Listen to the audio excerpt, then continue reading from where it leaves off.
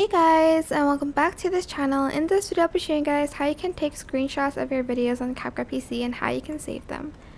So you can select your video, and for instance you want to screenshot this bit. You're going to go to that part, select it, and freeze frame it so that it won't move. You can just put the line there, but I just freeze framed it to be like super accurate about it.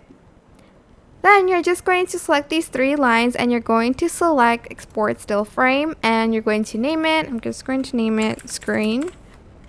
Select the resolution and also the format. Select import project if you want to import it to CapCut PC, and select export. And it's going to be your files, but as you can see now it is an image and not a video anymore. And that is it. I hope this tutorial is helpful for you guys. Don't forget to like, comment, share. Also subscribe to this channel if you haven't done that already. If you have any more questions, just leave it in the comment section down below and I will try my best to answer them all for you guys. And if you found this video helpful, please click the thanks button above the description box down below. Thank you so much for watching. Bye!